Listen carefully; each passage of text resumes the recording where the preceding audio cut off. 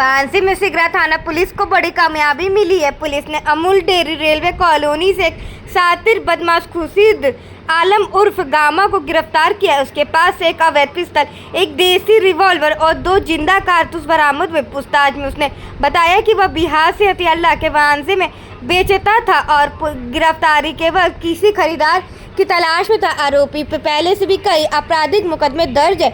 Police की इस कार्रवाई से इलाके में हथियार तस्करी पर लगाम लगी और लोगों में सुरक्षा का भरोसा बढ़ा है।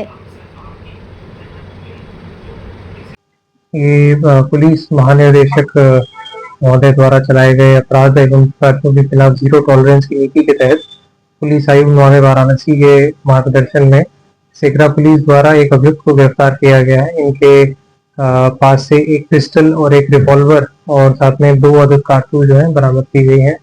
इनका नाम खुर्शीद आलम है। ये नदेसर थाना क्षेत्र कैंट के निवासी हैं। ये पूर्व में भी कई बार जेल जा चुके हैं। ये सबसे पहले 1994 में जेल गए, उसके बाद में ये कई बार जेल गए हैं, जिसमें फिलहाल CCTNS पे सिर्फ 3 मुकदमों का जो है प्रकाश में आया है। अन्य मुकदमों की पूछताछ इनसे की जा रही है। ये कहाँ से लाए थे, कहाँ ले जा रहे थे, इसकी फॉरवर्ड और बैकवर्ड लिंकेजेस की जांच की जा रही है। इनके खिलाफ मुकदमा पंजीकृत किया गया है, जेल भेजा जा रहा है और इनके खिलाफ निरोधात्मक कार्रवाई भी की जाएगी। बताया सर कि ये हथियार कहाँ से ये हथियार बिहार से जो है मुंगेर रीजन से ये लाए थे और आगे किसको बेचने जा रहे थे इनका CDR भी निकाला जाएगा और सभी चीजों की जांच पड़ताल की जाएगी। आप बता रहे हैं ये ब्रेड और अंडा बेचने का काम करते हैं और उसी के बैकग्राउंड में ये असला सप्लाई करने का काम करते हैं। तो इनका कोई गिरोह है, गिरोह बना के काम करते हैं। इन सब चीजों की जांच की जा रही है और जो भी तथ्य प्रकाश में आएंगे उसके खिलाफ कठोरतम कार्रवाई की जाएगी। जो टीम द्वारा पकड़ा गया है टीम को सम्मानित करने के लिए, हौसला वर्धन करने के लिए अलग से रिपोर्ट प्रेषित की जा रही है और अधिकारियों के आदेश के क्रम में उनको भी सम्मानित किया जाएगा। सर, अमूमन देखा जाता है जो पिस्टल तस्करी बिहार से लेकर जुड़ा होता है, क्या कुछ आगे कार्रवाई होगी? इसमें सतर्क दृष्टि निरंतर बनाई जा रही है और मुंगेर जो है वो क्षेत्र में मामूल है और इसमें जो भी पकड़े जाते हैं उनके खिलाफ दंडात्मक कार्रवाई भी होगी और निरोधात्मक कार्रवाई भी रहेगी। श्रावण माह 2025 की तैयारियों को लेकर 6 जुलाई को श्री काशी विश्वनाथ धाम स्थित सभागार मंडलायुक्त की अध्यक्षता में समन्वय बैठक हुई। बैठक में मंदिर प्रशासन, दुकानदार, शास्त्री, सफाई व सुरक्षा एजेंसियों समेत सभी स्टेक होल्डर्स ने भाग लिया। रुद्राभिषेक पर मिलने वाली कम राशि, पूजा थाली में सामग्री की कमी और श्रद्धालु की पहुंच की समस्याएं प्रमुख मुद्दे रहे। मंडलायुक्त ने सभी शिकायतों पर त्वरित समाधान का भरोसा दिलाया और पुराने रेट की समीक्षा कर नए प्रस्ताव लाने के निर्देश दिए। प्लास्टिक मुक्त धाम के तहत यह तय किया गया कि 10 अगस्त से किसी भी प्रकार का प्लास्टिक या था दूध व फूलमाला का पात्र धाम परिसर पूरी तरह प्रतिबंध रहेगा। इसका व्यापक प्रचार श्रावण मास के दौरान किया जाएगा। बैठक में हर हर महादेव के जय उद्घोष के साथ संपन्न हुई। हर हर महादेव।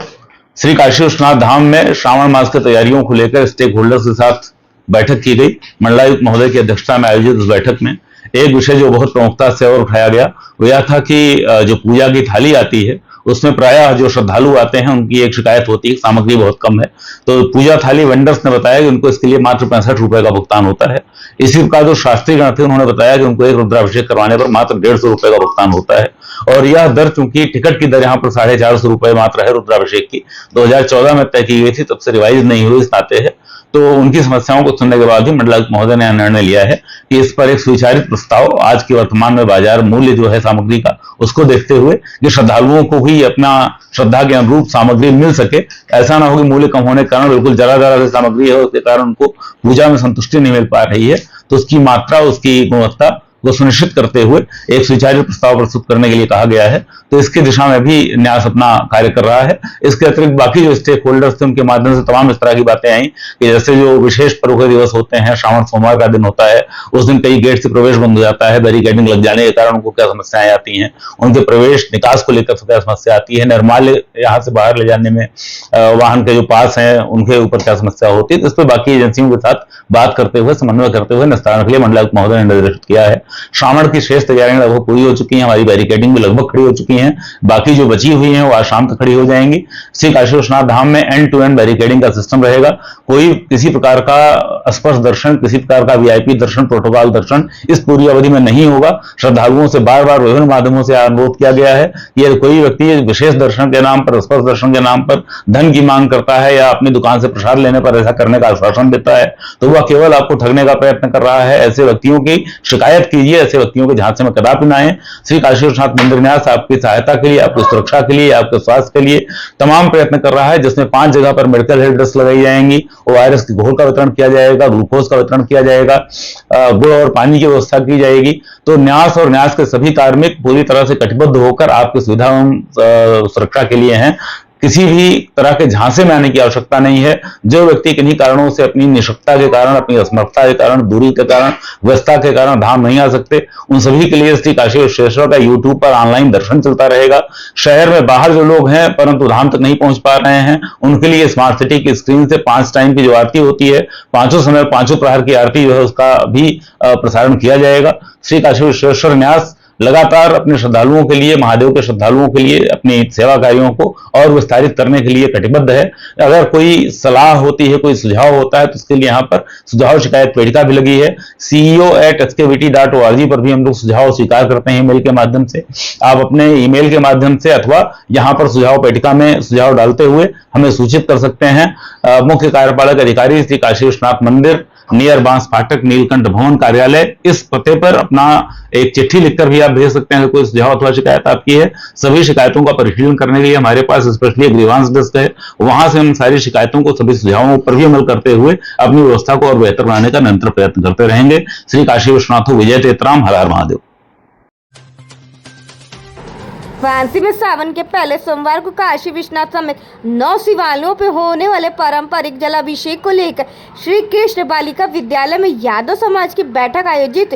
बैठक में बताया गया कि 1932 से चली आ रही यह परंपरा हर साल श्रद्धा और व्यवस्था के साथ निभाई जाती रही है, लेकिन इसमें प्रशासन की ओर से कोई सक्रियता नहीं दिख रही है। समिति अध्यक्ष लालजी चंद्रवंशी ने कहा कि जलाभिषेक के मार्ग जर्जर है, जगह जगह सिर ओवरफ्लो हो रहा है और मैनुअल खुले हुए, केवल 1 हफ्ता बचा है और अब तक प्रशासन ने कोई ठोस बैठक नहीं की है। उन्होंने मीडिया के माध्यम से प्रशासन से मांग की कि जल्द से जल्द सभी समस्याओं का समाधान किया जाए ताकि शिव भक्तों को किसी भी प्रकार की असुविधा न हो। साथ ही इस बार समाजवादी पार्टी के नेता अखिलेश यादव भी जलाभिषेक में शामिल होंगे, जिनकी स्वागत की तैयारियां भी समिति द्वारा शुरू कर दी गई है।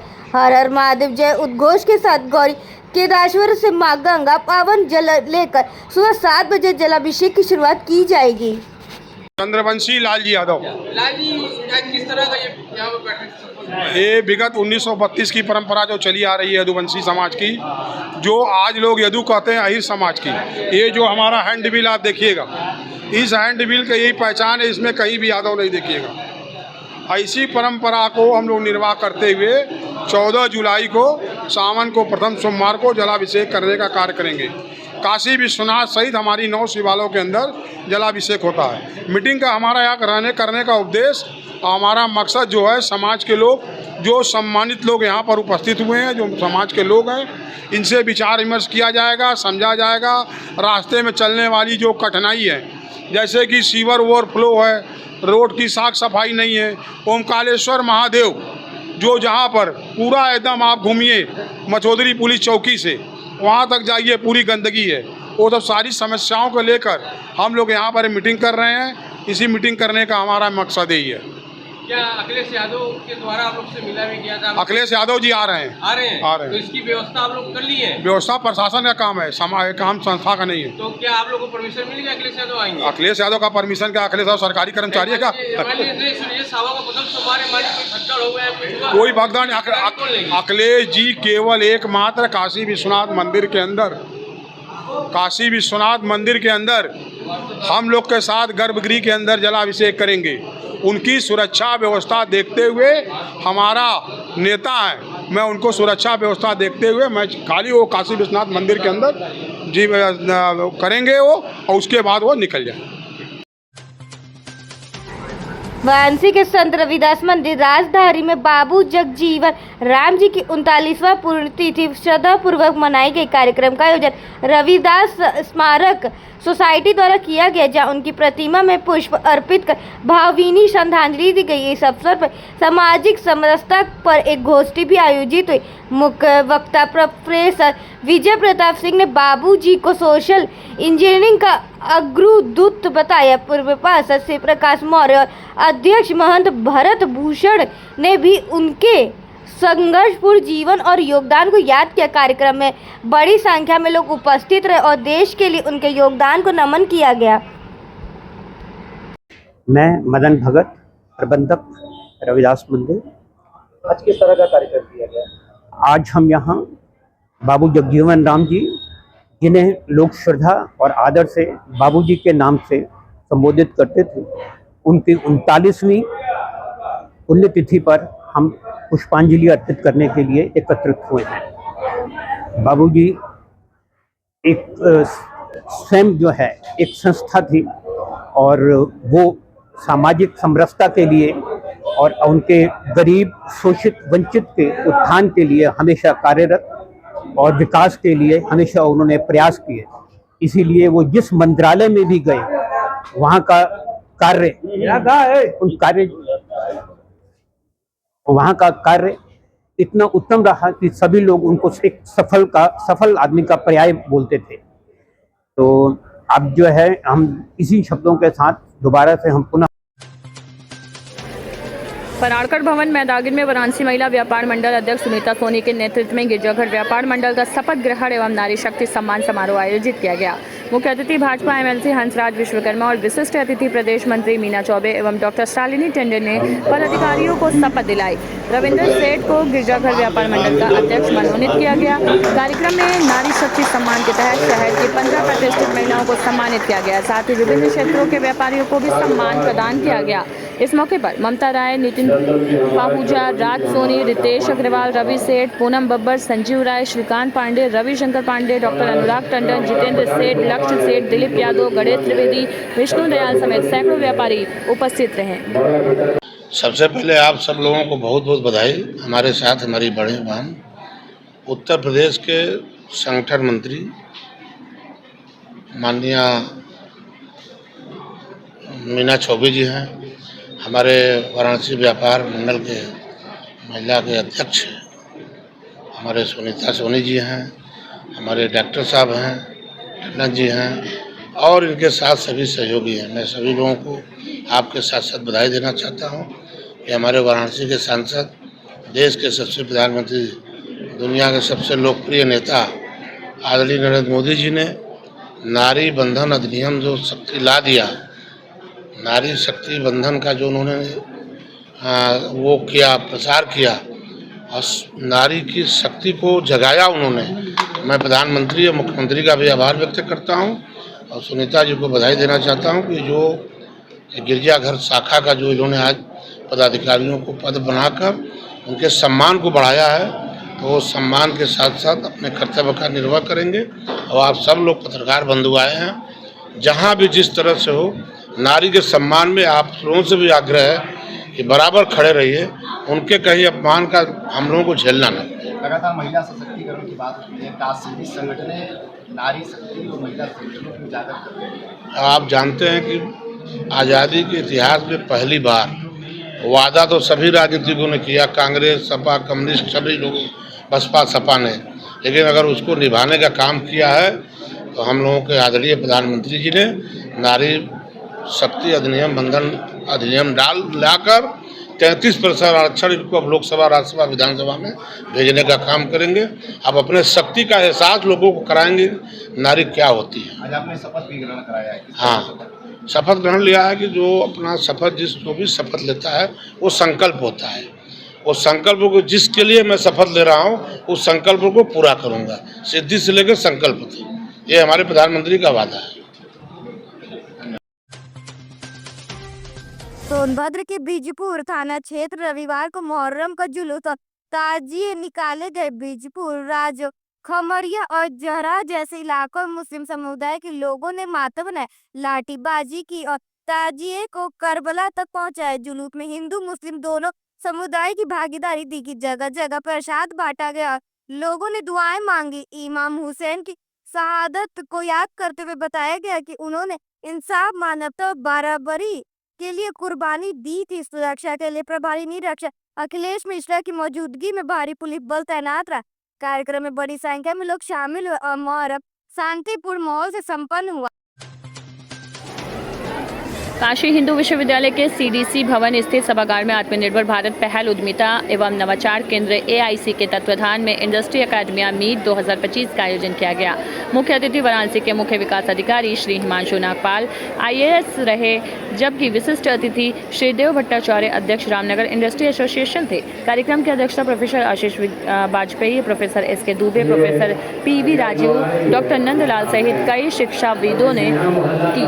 कार्यक्रम का शुभारंभ दीप प्रज्वलन एवं महामना मदन मोहन मालवीय को पुष्पांजलि अर्पित कर किया गया। डॉक्टर परीक्षा मालू ने मीट पर प्रस्तुति दी। तत्पश्चात पैनल चर्चा आयोजित हुई, जिसमें बीएचयू एवं आईआईटी के विशेषज्ञों के साथ उद्योग जगत के प्रतिनिधियों व स्टार्टअप फाउंडर्स ने भाग लिया। कार्यक्रम में विभिन्न क्षेत्रों से आए उद्यमियों, चार्टर्स अकाउंटेंट व बैंक अधिकारियों ने भी सहभागिता की। समापन डॉक्टर नंदलाल द्वारा धन्यवाद ज्ञापन व राष्ट्रगान के साथ हुआ। इसका उद्देश्य यही था आज यहाँ अटल इंक्यूबेशन सेंटर पे कि जो भी यहाँ के नए हमारे ऐसे छात्र अपने बिजनेसेस को डेवलप कर रहे हैं, स्टार्टअप्स डेवलप कर रहे हैं, उनकी टेक्निकल असिस्टेंस के लिए और उनके जो आइडियाज़ है एक बिज़नेस में कन्वर्ट हो पाएँ, उसके लिए बीएचयू के अटल इंक्यूबेशन सेंटर द्वारा जो सहयोग दिया जाता है, उसके तहत ही आज ये इंडस्ट्री एकेडमिया मीट कराया गया। इसमें अलग अलग जो बिज़नेस आइडियाज़ लोगों ने डेवलप किए वो आए, उन्होंने अपनी क्वेरीज़ की, अलग अलग तरीके के उनके जो प्रश्न थे, उनकी जो जिज्ञासाएं थी, उन्हें उनके जवाब मिले, उन्हें उनके प्रश्नों के जवाब मिले। और ज़रूर ऐसे कदम हमेशा जो हमारे माननीय प्रधानमंत्री जी का उद्देश्य है विकसित भारत का, उसके तहत सबसे ज़रूरी जो पिलर है वो इंडस्ट्री और बिज़नेस ही है। तो उसको डेवलप करने के लिए, काशी को डेवलप करने के लिए इस तरह के कदम हमेशा लाभदायी होंगे और हमेशा काशी को आगे ले जाने के लिए बहुत कारगर साबित होंगे। धन्यवाद। भारत विकास परिषद सेवा वाराणसी काशी प्रांत एवं डिवाइन हार्ट फाउंडेशन के इंडिया के तत्वाधान में हृदय रोग जांच शिविर का आयोजन श्री हनुमान प्रसाद पोद्दार अंध विद्यालय दुर्गाकुंड में किया गया। कार्यक्रम के मुख्य अतिथि डॉक्टर ए.के. श्रीवास्तव, हृदय शल्य चिकित्सक लखनऊ और विशिष्ट अतिथि श्रीमती आभा श्रीवास्तव रही। कार्यक्रम का शुभारंभ दीप प्रज्वलन के साथ हुआ। डॉक्टर श्रीवास्तव ने उपस्थित लोगों को हृदय रोग की गंभीरता, बचाव के उपाय और सकारात्मक सोच के महत्व पर विस्तृत जानकारी दी। उन्होंने कहा कि नियमित व्यायाम, संतुलित भोजन और वार्षिक स्वास्थ्य जांच जैसे कोलेस्ट्रॉल, बीपी, शुगर, डायबिटीज और ईसीजी से हृदय रोग की समय रहते पहचान और बचाव संभव है। शिविर में बड़ी संख्या में लोगों ने भाग लिया और अपने स्वास्थ्य की जांच कराई। मैं डॉक्टर ए.के. श्रीवास्तव, हृदय शल्य चिकित्सक हूँ और डिवाइन हार्ट हॉस्पिटल के संस्थापक अध्यक्ष हूँ जो लखनऊ में है। आज किस तरह के लोगों को सलाह दिया गया, क्या कहा? मैंने सलाह में ये किया कि स्वस्थ रहने के लिए 3 चीज़ें बहुत ज़रूरी है: पैर गरम, पेट नरम, सिर ठंडा। 35 मिनट तक व्यायाम करें प्रतिदिन, संतुलित और कम मात्रा में भोजन करें और सकारात्मक सोच रखें। विषम से विषम परिस्थितियाँ, उसमें अगर सकारात्मक सोच रखते हैं तो परिस्थितियों से हम आगे बढ़ पाते हैं। हम एक चिकित्सक हैं, कभी हार्ट बंद हो जाता है तो ये जानते हो कि शायद ये ना जिए, फिर भी हम CPR करते रहते हैं इस उम्मीद में, और वो बच भी जाता है। तो मेरे ख्याल से ज़िंदगी में सकारात्मक सोच बहुत ही ज़रूरी है, आशावादी होना चाहिए। सर, डायबिटीज़ का कितना रोल होता है हार्ट अटैक में? डायबिटीज़ का आज के तारीख में हमारे देश में डायबिटीज़ कह लीजिए कि हर जो है क्या नाम है 15वें 20वें जो है लोगों को हो गया है। तो ज़बरदस्त इसका प्रकोप हो गया है और उसको कंट्रोल न होने पे हार्ट के अंदर जो नसें होती हैं, जिनको धमनियाँ हम बोलते हैं, कोरोनरी आर्टरी, उसमें ब्लॉकेड हो जाता है। और जब ब्लॉक होता है तो अगर वो धमनियाँ बंद हो जाती हैं तो फिर हार्ट अटैक हो जाता है और डेथ भी हो जाती है। तो कोरोना के बाद देखा गया है कि हार्ट के पेशेंट इस पे ये उस समय का एलिगेशन था कि कोरोना की वजह से हार्ट का होता है, लेकिन जैसे जैसे चीज़ें आ रही हैं कोई एविडेंस नहीं था। जिनको पहले से हार्ट का रोग था उन्हीं की डेथ हुई, जिसको पहले से लंग की प्रॉब्लम थी उन्हीं के कोरोना में डेथ हुई। कोई मतलब रेयरली कोई जो है जिसको नहीं था कुछ वो डेथ हुई हो, अदरवाइज कोई ना कोई रोग था कोरोना के समय। कोरोना के बाद हार्ट के पेशेंट बढ़े। नहीं, ऐसा कुछ नहीं है, कोई ये अफवाह है और ये तरह तरह की जो है चीज़ें उससे कोई लेना देना। सर वैक्सीनेशन भी कोई इसका कारण है? नहीं, वैक्सीनेशन बिल्कुल कारण नहीं। कहीं उस पीरियड में हम लोगों ने भी पढ़ा था कि एक वैक्सीन से ऐसा हुआ वैसा हुआ, कहीं कोई किसी प्रकार का। हार्ट अटैक के लिए हार्ट का रोग होना जरूरी है। वाराणसी के बाबतपुर स्थित एक होटल में शनिवार को क्रांतिकारी नेता कामरेड उदुल के जीवन संघर्षों पर आधारित पुस्तक कामरेड उदुल का भव्य लोकार्पण हुआ। कार्यक्रम के मुख्य अतिथि छत्तीसगढ़ के पूर्व मुख्यमंत्री भूपेश बघेल रहे, जिन्होंने कहा कि कामरेड उदुल का जीवन जन संघर्ष और सामाजिक न्याय का प्रतीक है।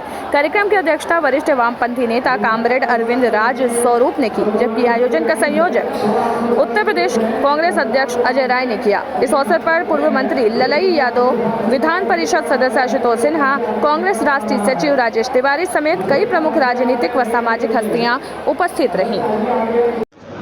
9 बार इस क्षेत्र से विधायक रहे, 57 से लेकर 96 तक, और अपने विचारों के प्रति, क्षेत्र की जनता के प्रति हमेशा सजग रहे। हमेशा गरीब गुरबा की लड़ाई लड़ते रहे, किसानों के हक की लड़ाई लड़ते रहे, और बहुत ही सहज सरल और मिलनसार व्यक्तित्व रहे, जो हम सबको प्रेरणा देती है जो राजनीति में है। कि 9 बार विधायक रहना कोई सामान्य बात नहीं है। ऐसे व्यक्ति के आज पुण्यतिथि में मुझे आमंत्रित किया गया और उसके संघर्षों की गाथा, उसके पुस्तक के विमोचन भी किया गया। आज दुर्भाग्यजनक बात यह है कि यहाँ आने के बाद, चूँकि प्रधानमंत्री के निर्वाचन क्षेत्र है और थाने के सामने में एक पिछड़े वर्ग के लोग को गोली मार दी जाती है, यहाँ मकान तोड़े जा रहे हैं, पूरा परिसर समाप्त किया जा रहा है, तो लोगों को जो बसे बुसाए लोग हैं उसको बुलडोज़र चलाया जा रहा है। जो 120-25 साल से जिसके मकान हैं, दुकानें हैं, उसको हटाया जा रहा है। तो आज बेहद बनारस के लोग बेहद दुखी हैं, और जब बनारस में यह हाल है, पूरे देश की हालत क्या होगी समझा जा सकता है। मोदी जी 6 देशों की यात्रा पर भी गए हैं, क्या कहेंगे, किस तरीके से विदेश नीति रही है, खासतौर से ऑपरेशन सिंदूर के बाद? देखिए, जब संकट आया देश में, पूरी दुनिया में, जब पहलगाम की घटना हुई, पूरी दुनिया ने उसकी आलोचना की, कुछ देशों को छोड़ दें। लेकिन जब लड़ाई लड़ी जा रही थी तो एक भी देश हमारे साथ खड़ा नहीं था, एक भी देश। तो जितने भी देश यात्रा कर ले, क्या फ़ायदा हुआ? आपके पड़ोसी देश हमारे साथ खड़ा नहीं हुआ। संकट में जो खड़ा हो वही मित्र है। लेकिन मोदी जी 11 साल में सारे जो भारत के जो प्राकृतिक रूप से जो मित्र थे, वो भी नैसर्गिक रूप से जो मित्र थे, वो भी हमारे साथ थे। सब प्योर रिसर्च ने बताया है कि मुझे नहीं मालूम यार क्या भाई, वो कौन सा संगठन मुझे नहीं मालूम भाई। भारत विकास परिषद साकेत शाखा की ओर से दुर्गाकुंड के कबीर नगर कॉलोनी स्थित शहरी सामुदायिक स्वास्थ्य केंद्र में सेवा सप्ताह की शुरुआत के उपलक्ष्य में रक्तदान शिविर का आयोजन किया गया। पूर्व अध्यक्ष सुधीर जायसवाल ने बताया कि सेवा सप्ताह पूरे महीने चलेगा और आज के कैंप में 50 से 55 यूनिट रक्त संग्रह का लक्ष्य रखा गया है। अब तक 15 यूनिट रक्त संग्रह हो चुका है और उम्मीद है कि लक्ष्य से अधिक रक्तदान होगा। उन्होंने कहा कि रक्तदान से न सिर्फ लोगों की जान बचाई जा सकती है, बल्कि ये स्वास्थ्य के लिए भी लाभकारी है। परिषद सेवा सप्ताह के अंतर्गत पौधारोपण, जरूरतमंद बच्चों को स्टेशनरी और यूनिफॉर्म वितरण जैसे कार्य भी करती है। उन्होंने लोगों से अपील की कि वे रक्तदान को लेकर भ्रांतियां दूर करें और समाज हित में आगे आएं। मैं सुधीर जायसवाल, भारत विकास परिषद साकेत का पूर्व अध्यक्ष हूँ। आज जो है हम लोगों ने अपने स्वच्छता सेवा सप्ताह हमारा शुरू हो गया है आज से, उसी के उपलक्ष्य में हम लोगों ने आज ब्लड डोनेशन कैंप का आयोजन किया है। ये सेवा सप्ताह पूरे महीने चलनी है। आज हम लोग प्रयास कर रहे हैं कि 50 से 55 यूनिट ब्लड डोनेट कर दें। अभी तक हम लोग ने 10 से 15 यूनिट हो चुका है और हमें लगता है कि हमारा ये टारगेट जो हमने 55 रखा है उससे ज़्यादा हम लोग कर पाएंगे आज। ब्लड डोनेशन का क्या उद्देश्य है? और आज के डेट में इस परिवेश में ब्लड की ज़रूरत हर व्यक्ति को है, अनाना बीमारियां हैं, इसलिए ब्लड डोनेशन करना भी चाहिए और इस माध्यम से और लोगों को प्रोत्साहित भी करते हैं हम लोग कि आप आएँ और डोनेट करें, जिससे आप कई लोगों की ज़िंदगियां बचा सकते हैं। सेवा सप्ताह के अंतर्गत कौन कौन से कार्यक्रम आते हैं? हमारे सेवा सप्ताह में हम लोग जैसे ब्लड कैंप कर लिया, वृक्षारोपण का कार्यक्रम करते हैं, वनवासी छात्रावास हमारा है, उसमें हम लोग उनकी ज़रूरतों का सामान और जो और विद्यालय चल रहे हैं जिनमें बच्चे जिनके पास गरीब हैं उनके फीस की व्यवस्था, उनकी यूनिफॉर्म की व्यवस्था, कापी किताब की व्यवस्था, उसके बाद अनन्य कार्यक्रम हमारे यहाँ चलते हैं पूरे। बहुत लोग के मन में ये धारणा होती है कि ब्लड देने से कमजोरी आ जाती है, हमारे में ब्लड की कमी आ जाती है, उनके लिए कोई संदेश यही है कि ब्लड देने से कोई कमजोरी नहीं आती। ब्लड देने से आप कई बीमारियों से बचते हैं और ब्लड देने के बाद हर व्यक्ति के 1 घंटे के अंदर ब्लड पूरा वापस बन जाता है। बाकी उसको दोबारा देने के लिए 3 महीने इंतजार करना पड़ता है। 3 महीने के बाद आप स्वेच्छा से ब्लड दीजिए, इससे बहुत बीमारियां आपको फायदा मिलेगा। हार्ट की बीमारी बेच सके आपको बहुत फायदा मिलेगी ब्लड देने से। तो ये मिथ्या है, क्योंकि आप जानते हैं कि भ्रमता बहुत सी है, उसको दूर करने में थोड़ा टाइम लगता है। तो ब्लड दे करके हम लोगों को प्रोत्साहित भी करते हैं और लोगों को बताना भी चाहते हैं कि ब्लड दीजिए, ये बहुत ही पुण्य का काम है। कम शब्दों में जाना जाएगा तो भारत विकास परिषद समाज के लिए क्या क्या कार्य करती है? भारत विकास परिषद भारतीय संस्कृति, सनातन धर्म के प्रचार प्रसार से और अपनी संस्कृति को बचाने के लिए कार्य करता है।